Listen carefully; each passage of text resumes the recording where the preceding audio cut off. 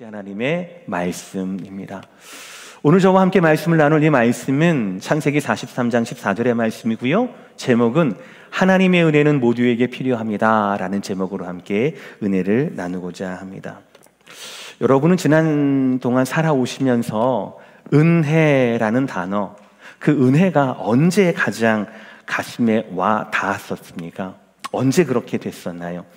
저는 제 삶 속에서 노력한 것과 그 결과가 반드시 비례하지 않다라는 것을 깨달았을 때, 그때 하나님의 은혜를 더 절실하게 느꼈습니다. 그 경험 이전에는요, 제가 좋은 것, 제가 편하는 것, 제가 이루고 싶었던 것, 원했던 것인데 이루어진 것, 그것을 그냥 하나님의 은혜라고 생각을 했었습니다. 한국에서 나고 자란 제가 어릴 때부터 가장 많이 들었던 얘기는, 여러분들도 비록 비슷하시겠지만 하면 된다라는 것이었어요. 열심히 하면 인생을 낭비하지 않고 성실하게 일하고 공부하면 소기의 목적을 달성할 수 있다라는 그런 가르침을 진리처럼 알고 그렇게 지내왔습니다. 맞는 말이긴 해요. 맞는 말인데 변하지 않는 진리는 아니라는 것이죠. 목회에 대한 제 꿈은 제가 중학교 3학년 때부터 은혜를 받고 난 후에 시작이 되었습니다.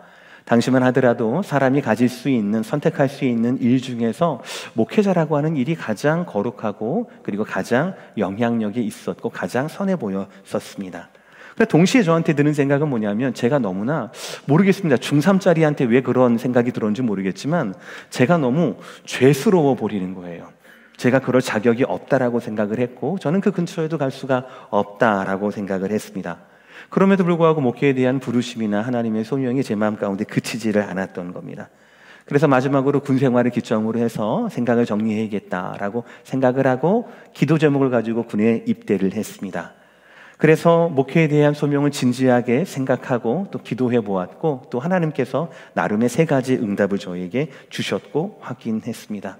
그래서 결심한 것이, 제대를 하고 나면 일반 대학이 아니라 신학교로 편입을 해서 계속해서 신학 공부를 해야겠다, 그리고 유학을 갔으면 좋겠다라는 그런 계획도 세우게 되었습니다.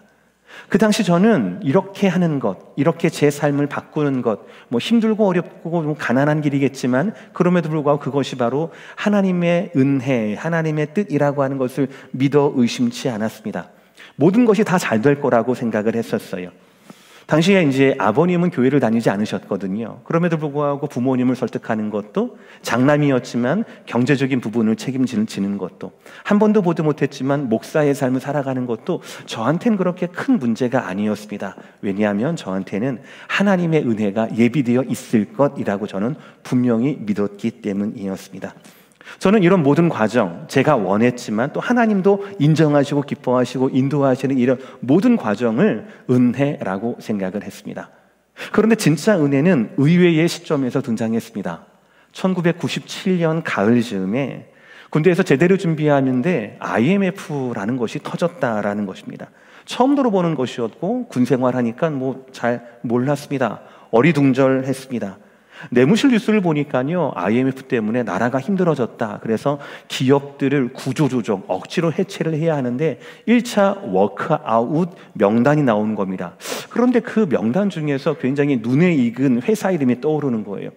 아버님이 다니시던 회사가 2차 워크아웃 대상에 해당이 되는 겁니다. 뭔 일인가 싶어서 전화도 못했습니다. 또 며칠 있다가 또 2차 워크아웃 대상이 몇 군데 더 많게 떠오르게 된 겁니다. 뉴스에. 보니까 거기에 어머님이 다니시는 회사가 거기에 또 나오게 된 거예요. 그러니까 IMF 때 아마 여러분 경험 많으셨겠지만 회사 안에서도 구조조정을 했지만 아마 국가적으로도 수천 수만 개의 기업 중에서 부실한 기업들은 정리를 했던 것 같아요. 근데 그 첫 번째 정리에 아버님 회사가 걸렸고, 2번째 정리하는 그 대상에 어머님 회사에 걸려 있었던 거예요. 당시에는 그게 뭔지를 몰랐습니다.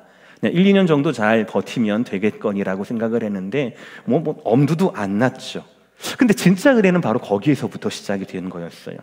아무것도 의지할 것이 없을 때, 꿈을 포기해야 하는 것이 자연스러울 그때 하나님은 저에게 특별한 은혜를 주셨어요. 진짜 은혜를 주셨어요. 밤마다 주변 교회에 들어가서 기도하게 하셨고요. 기도하면서 계속해서 하나님의 뜻을 묻게 하셨습니다. 주님, 왜 하필 지금이냐고, 정말 이 길이 하나님이 원하시는 길이냐고 묻고 또 물었습니다. 근데 신기한 것은 상황은 바뀌지 않았습니다. 상황은 바뀌지 않았음에도 불구하고 제 마음에 평안이 가득했습니다. 너무 감사하게도 부모님은 그 당시 어떠한 부담도 제게 주시지 않으셨어요. 막막하셨겠지만 새로운 길을 응원해 주셨고 끝까지 저를 기다려 주셨습니다. 여러분, 만약에 열심히 해서 성공할 수 있는 인생이라면, 여러분의 능력대로, 여러분의 계획대로 되는 인생이라면 우리는 그렇게 하나님의 은혜를 소중하게 대하지 않았을 것입니다. 성공하는 자들에게 혹은 성공할 만한 자들에게만 열리는 기회, 은혜가 만약에 하나님의 은혜가 그 기회가 전부라면 우리의 삶에는 하나님의 은혜가 이렇게 깊숙이 자리 잡지 못했을 겁니다. 그리스도를 주로 믿고 고백하는 자들에게는 두 가지 은혜의 경험이 있습니다. 첫 번째는 구원의 은혜입니다. 아무것도 없는, 아무것도 모르는, 그리고 아무것도 없었던 우리에게 하나님께서 그 아들을 주심으로 말미암아 구원해 주셨다라고 하는 구원의 은혜죠. 이것은 전적인 하나님의 은사이고 하나님의 선물입니다. 그리고 두 번째 은혜가 우리에게 필요한데, 그것은 바로 구원 이후에 얻게 되는 다양한 삶의 기근과 다양한 삶의 상황 가운데 그럼에도 불구하고 우리가 실수하거든요. 그럼에도 불구하고 실패하거든요. 그럼에도 불구하고 우리가 고집하고 내 연약함이 드러나거든요. 그때마다 우리에게 필요한 것이 바로 구원 이후에 얻는 은혜가 된다라는 것이에요. 그 은혜는 첫 번째 은혜든 두 번째 은혜든 공통적인 것이 있어요. 바로 뭐냐면 자격 없는 자에게 주신다라는 것입니다. 실수한 자들에게도 주신다라는 겁니다. 비록 준비되어 있지 않는 자들에게도 하나님이 주신다라는 것입니다. 어떤 은혜인가? 이것이 중요한 것이 아니라 누구의 은혜인가가 더 중요하다라는 것이죠. 그래서 우리가 첫 번째로 알아야 할 것은 이것입니다. 은혜의 주인은 바로 하나님이시다라는 사실이에요. 우리 오늘 본문입니다. 우리 첫 번째 문장 한번 읽어보겠습니다. 14절 시작. 전능하신 하나님께서 그 사람 앞에서 너희에게 은혜를 베푸사. 오늘은 43장입니다. 그러나 이 43장을 알기 위해서는 42장을 배경으로 아셔야 해요. 창세기 41장 마지막 절은 애굽에 흉년이 임했고 그 흉년이 온 세상으로 퍼지게 되었다라는 것으로 끝맺히게 됩니다. 그리고 42장에서는 아버지 야곱이 그 형제, 그 아들들에게 자, 애굽으로 가서 양식을 좀 가지고 오너라 라는 것으로 시작을 합니다. 베냐민, 12번째 아들이었던 베냐민을 제외한 나머지 아들들을 애굽의 총리를 만나기 위해서 보내게 됩니다. 그때까지도 누구도 상상하지 못했습니다. 그 애굽의 총리가 바로 요셉이었다라는 사실을요. 일부러 이 요셉은 그들을 알아보고 형들을 스파이로 몹니다. 그리고 형들 중에 하나였던 시므온을 볼모로 잡습니다. 그리고 집에 가서 막내 아들, 자기의 유일한 친족, 혈족이었던 같은 어머니를 두었던 막내 아들 베냐민을 데려오면 너희에게 시므온을 풀어주겠다라고 이야기를 하고 양식을 손에 쥐고 그들을 돌려보내게 됩니다.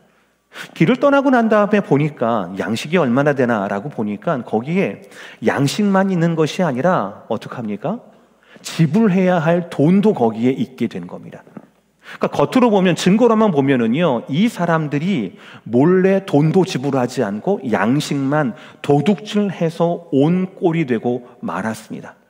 그러니까 양식을 구하러 갔던 이 형들 입장에서, 야곱의 아들들 입장에서는 빨리 집에 가서 아버님께 2차 저차 설명을 하고 베냐민을 데리고 요셉에게 와서, 총리에게 와서 이 모든 것들을 다 설명을 해야만 했습니다. 한시가 급했습니다. 왜냐하면 시므온이 잡혀 있었고요, 이 양식도 영원한 것이 아니니까요. 그런데 아버지 야곱이 꼼짝을 안 합니다. 야곱은 시므온도 시므온이지만 내 사랑하는 막내 아들 베냐민을 절대로 줄 수 없다, 포기할 수 없다라고 이야기를 합니다. 보다 못한 첫 번째 장남이었던 루벤이 그러면 만약에 베냐민이 무슨 일이 있으면 대신 내 아들을 죽이십시오라고 말도 안 되는 그런 보증과 담보로 설득을 했지만 야곱은 완고했습니다. 이 야곱의 고집은 낯설지가 않아요. 지금 야곱은 하나님이 아니라 아들들을 대상으로 지금 씨름하고 있는 겁니다. 그런데 그의 절규의 이유를 들으면 그의 고통이 이해가 되기는 해요. 42장 36절 제가 했습니다. 그들의 아버지 야곱이 그들에게 이르되 너희가 나에게 내 자식들을 잃게 하도다. 요셉도 없어졌고 시므온도 없어졌거늘 베냐민을 또 빼앗아 가고자 하니 이는 다 나를 해롭게 함이로다. 왜 이렇게 고집 피우는가 봤더니 야곱의 과거에도 현재에도 미래에도 아들을 잃을 것이다 라고 하는 그 아픔과 그 트라우마가 있었던 거예요. 요셉도 없어졌고 22년 전에. 그러니까 또렷하게 기억하고 있는 겁니다. 야곱은 22년 전에 요셉이 없어졌다. 그리고 그것이 내가 그를 그 빈 광야 8시간 걸리는 도단이라는 곳으로 가서 거기에서 심부름을 보냈던 내 책임이 아니었겠는가라는 괴로움이 평생 동안 이 야곱을 이렇게 스퀴즈를 했던 거예요. 요셉도 과거에 없어졌어요. 그리고 지금 어떻습니까? 시므온도 잡혀가 있잖아요. 그러니까 과거에 아들을 잃었고 지금도 아들을 잃었고 앞으로 지금 베냐민도 또 빼가려고 하느냐라고 지금 놀라는 겁니다. 그래서 절규하는 거예요. 끝나지 않는 야곱의 상처와 아픔이었어요. 이것이 바로 42장의 배경이에요. 자, 이제 우리는 야곱의 괴로움의 이유를 알았습니다. 무엇을 두려워하는지를 알아요. 그리고 어느 정도는 이해를 합니다. 그러나 그렇다고 해서 우리가 두려움을 이해한다고 해서 그 두려움의 답이 되는 것은 아닙니다. 우리가 상처를 안다고 해서 괴로움을 안다라고 해서 현실을 알고 분석한다고 해서 그 자체가 우리에게 또 다른 치료가 될 수는 없습니다. 우리를 구원할 수는 없어요. 우리를 구원할 것은 오직 한 가지밖에 없습니다. 은혜의 주인이신 오늘 야곱이 고백한 전능하신 하나님을 붙잡는 것입니다. 오늘 43장 14절의 첫 번째 문장입니다. 전능하신 하나님께서 그 사람 앞에서 너희에게 은혜를 베푸사. 사랑하는 성도 여러분, 여러분의 삶에 하나님의 은혜가 필요하다라는 것, 여러분의 아픔에, 여러분의 상처에, 여러분의 고민과 고뇌 가운데 하나님만이 답이시다라고 하는 것, 하나님만이 전능하신 하나님이시다라고 하는 것을 인정하게 되는 은혜가 여러분 가운데 임하기를 주의 이름으로 축복합니다. 열심히 산다라고 모두가 잘 사는 것이 아니죠. 열심히 대비한다, 준비한다라고 해서 막을 수 있는 기근도 아닙니다. 평생 동안 지켜왔던 자기 고집도 답이 될 수가 없어요. 답은 한 가지, 하나님의 은혜밖에 없어요. 안타까운 것은 야곱은 사실 하나님의 은혜의 사람이었어요. 야곱은 은혜의 사람이었어요. 야곱의 삶이 온통 과거에 얽매여 있는 사람은 아니었습니다. 아들을 잃었고 아들을 잃을까봐 전전긍긍하는 삶이 사실 그의 본질은 아니었다고요. 야곱의 삶은 하나님의 은혜가 함께하는 삶이었습니다. 결정적일 때마다 하나님의 은혜와 인도하심이 그를 붙잡았거든요. 아버지와 형을 속이고 난 후에 인생에 가장 힘들 때, 도망자의 삶을 살아갔을 때 베델에서 하나님은 그를 꿈으로 만나주십니다. 그래서 어디에든 하나님이 나와 함께 하시는구나 하는 걸 붙잡게 돼요. 삼촌 라발의 집을 찾아 헤맬 때 처음으로 만났던 여인이 바로 평생 동안 그가 사랑했던 라헬이라고 하는 여인이었습니다. 하나님의 선하신 은혜이지요. 그리고 다시 고향으로 돌아왔을 때 군대를 데리고 나를 죽이러 쫓아온다라는 그 에서영을 만나기 직전 날 밤에 하나님은 야곱을 만나주시고 씨름하게 해주시고 그에게 이름을 야곱에서 이스라엘로 바꿔주셨어요. 그러니까 야곱의 삶을 보면 그가 은혜와 상관없는 사람이 아니었습니다. 그는 항상 은혜 가운데 있는 사람이었다라는 것이에요. 그러나 아쉬운 것이 있죠. 여러분 저를 따라 하시길 바랍니다. 저를 따라 하세요. 우리는 야곱의 반만 닮읍시다. 그랬습니다. 치킨도 아니지만 반만 닮았으면 좋겠어요. 은혜의 사람이라고 하는 건 알아요. 내가 약할 때, 결정적일 때마다 하나님이 꿈으로 사람을 통하여서 나와 씨름해 주시면서 나에게 강한 하나님의 인생을, 하나님의 길을 가는 축복의 사람이라는 것을 확인해 주신 건 너무너무 감사합니다. 그거를 우리가 사모하자고요. 그런데 나머지 반은 닮지 않았으면 좋겠어요. 과거의 상처 때문에, 두려움 때문에, 괴로움 때문에 하나님의 은혜를 내 결정의 가장 나중으로 이것도 안 되고 저것도 안 되니까 그제서야 결국 전능하신 하나님이라고 선택하는 그런 부분들은 우리가 닮지 않았으면 좋겠어요. 아멘이십니까? 아멘을 안 하시는데요?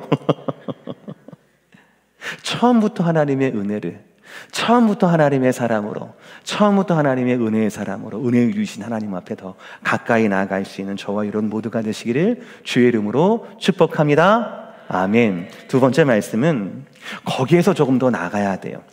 내가 은혜를 받는 사람뿐 아니라 두 번째 대지, 시작.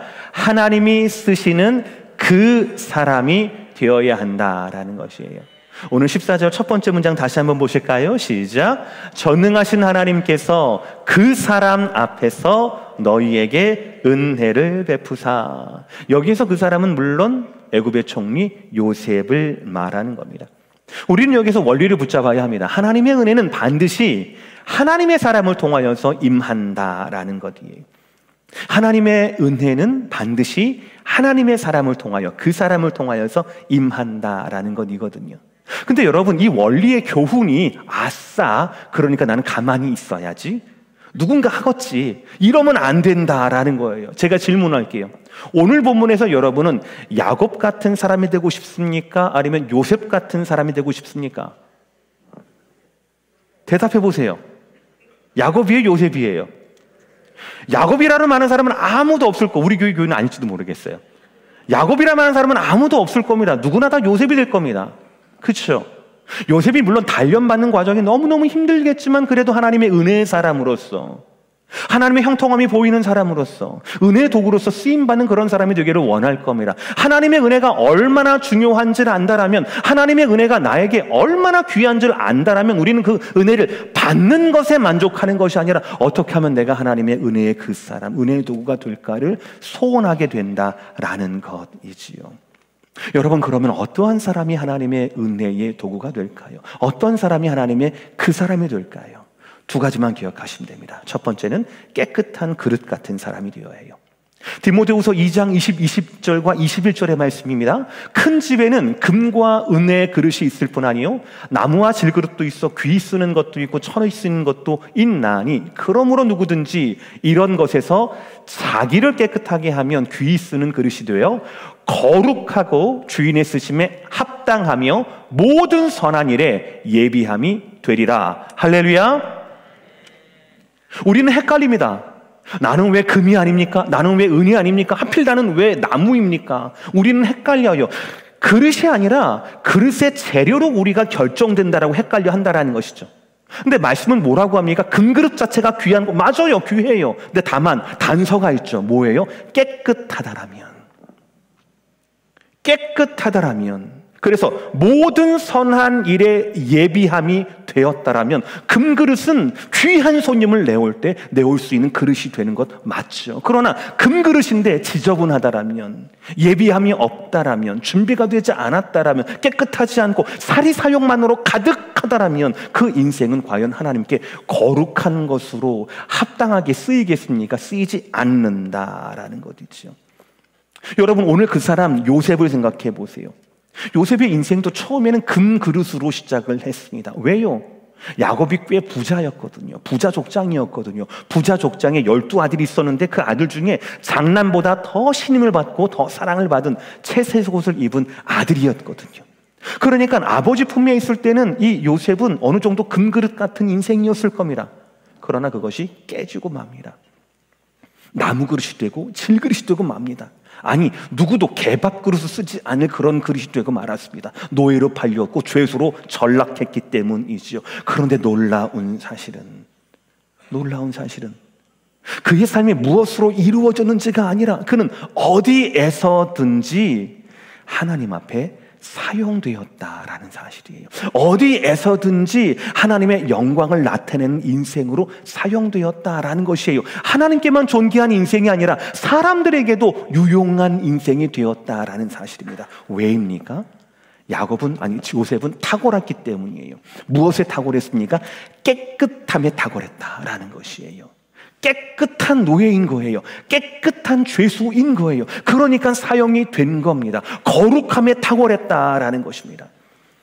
자신의 목숨줄을 쥐락펴락할 수 있는 보디발의 아내의 그 유혹의 현장, 어떤 사람은 그것을 신분 상승의 기회로 잡을 수가 있었을지 모르겠으나 이 요셉은 그것을 하나님 앞에서 주의 현장이라고 고백을 했습니다.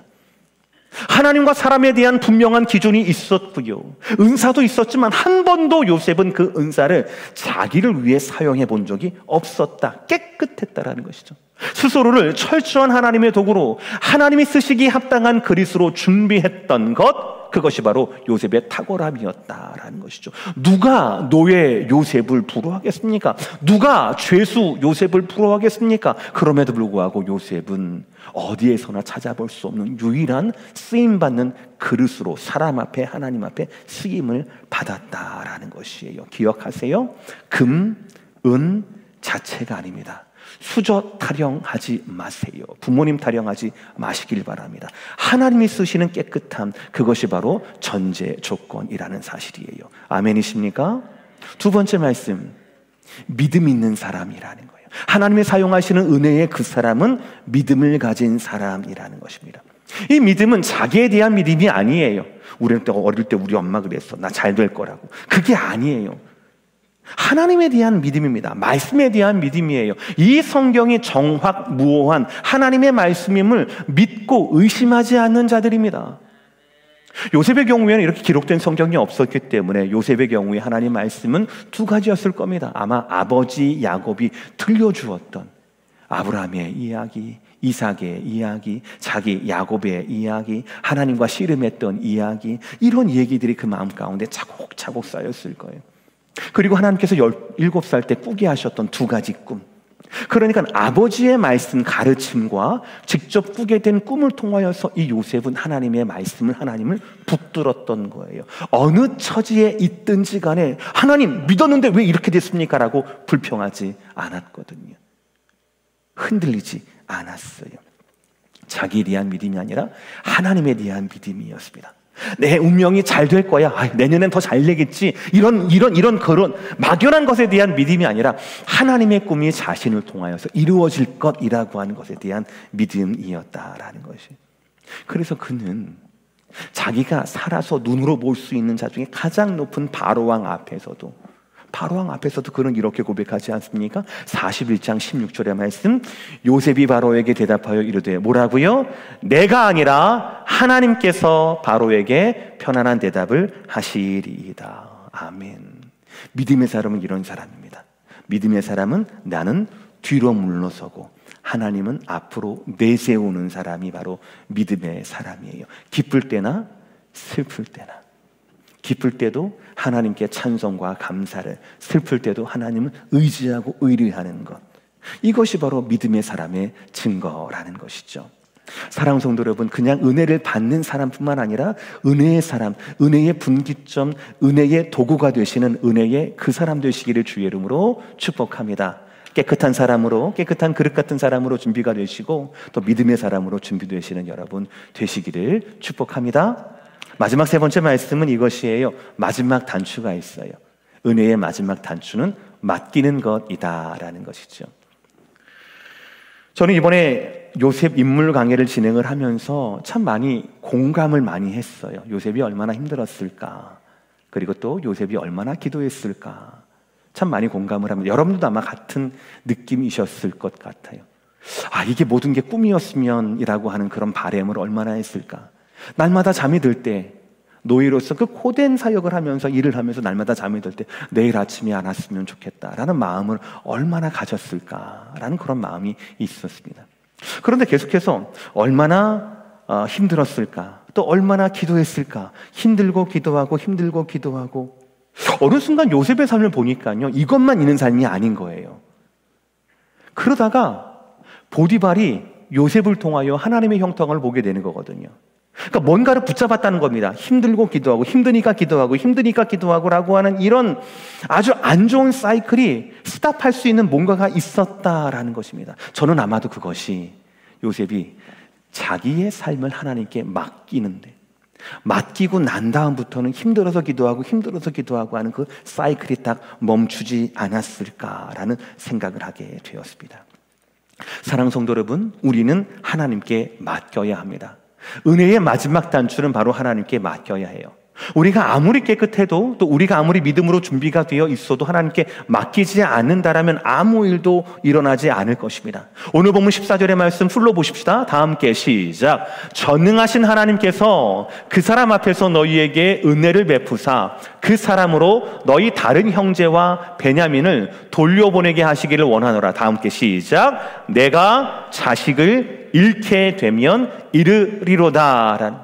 전능의 하나님의 은혜를 붙잡으면서 답을 얻었어요. 자식을 잃게 되면 이르리로다. 하나님께 모든 것을 맡기는 겁니다. 내가 지킨다고 지켜지는 자녀가 아니거든요. 누가 지켜야 하는 겁니까? 하나님이 지키셔야 지켜지는 자녀인 겁니다. 요셉은 꿈에도 몰랐지만, 야곱은 꿈에도 몰랐지만 지금 요셉이 그 증거이거든요. 야곱에게, 즉 아버지에게 그 요셉은 죽은 아들입니다. 그러나 하나님께 요셉은 뭡니까? 하나님이 그를 불러낸 아들이에요. 길러낸 아들입니다. 구원을 주기 위해 길러낸 아들이 바로 요셉이라는 거죠. 그러니까 내가 아니라, 아버지 야곱이 아니라 하나님이에요. 하나님이 지켜주셔야 합니다. 그러려면 어떻게 해요? 하나님께 맡겨야 한다라는 사실이죠. 성경은 계속해서 우리에게 맡기라라고 말씀합니다. 시편 37편 5절의 말씀 시작. 내 길을 여호와께 맡기라. 그를 의지하면 그가 이루시고. 할렐루야. 우리가 이것을 너무너무 사랑해요. 우리의 길 막혔을 때 우리는 맡기거든요. 아니에요. 길 전부를 맡기라라는 말씀이에요. 막혔을 때 뚫는 것 그 자체도 중요하지만, 왜냐하면 그 다음 구절 시작. 내 의를 빛같이 나타내시며 내 공의를 정오의 빛같이 하시리로다. 할렐루야. 길을 가는 것이 중요한 것이 아닙니다. 내가 내 길을 갈 때 하나님께 맡기게 되면 하나님의 맡김의 역사로 말미암아 내 길이 의의 길이 된다라는 거예요. 공의를 드러내는 길이 된다라는 것입니다. 요셉의 삶과 똑같아요.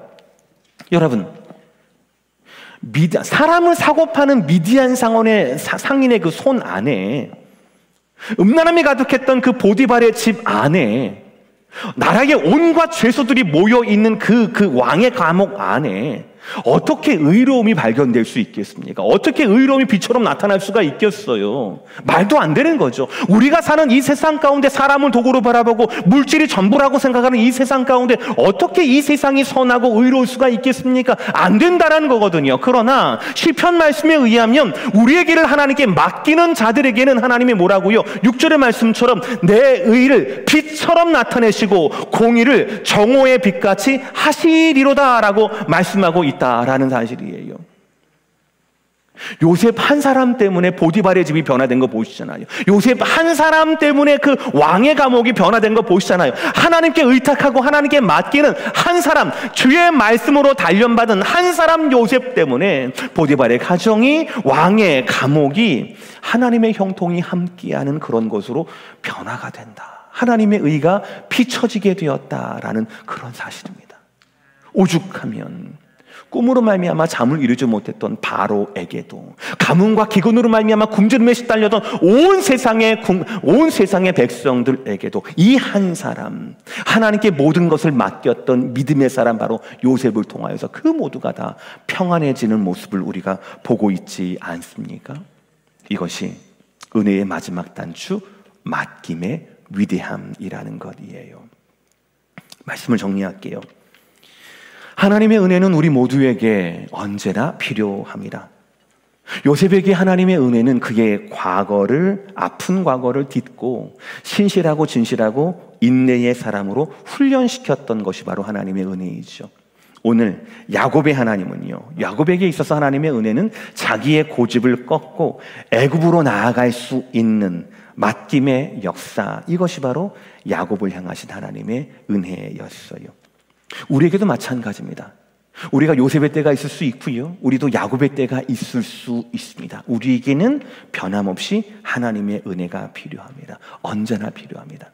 은혜 아니면 살 수가 없다라는 것을 노래와 고백으로만 하는 것이 아니라 그것이 우리의 기도의 제목이 되어야 되고 우리 마음의 소원이 되어야 한다라는 것입니다. 세 가지를 기억하십시오. 첫 번째, 은혜의 주인이 하나님이심을 여러분들 고백해야 합니다. 여러분의 능력이 아닙니다. 여러분의 계획이 아니고 여러분의 외모가 아닙니다. 하나님이에요. 그래야 실망하지 않습니다. 넘어져도 일어설 수가 있어요. 그래야 여러분 고집대로 살지 않을 수 있다라는 것이죠. 두 번째, 내가 그 사람, 은혜의 사람이 되어야 합니다. 은혜 받는 것에 만족하는 것이 아니라 그 귀한 것을 나눌 수 있는 요셉과도 같은 사람이 되어야 한다는 것이죠. 그것을 삶의 목적으로 삼고 깨끗한 영혼으로 살기를, 그리고 믿음의 사람으로 살기를 소원해야 한다라는 것이고요. 마지막 세 번째, 뭐라고요? 맡겨야 한다라는 것이죠.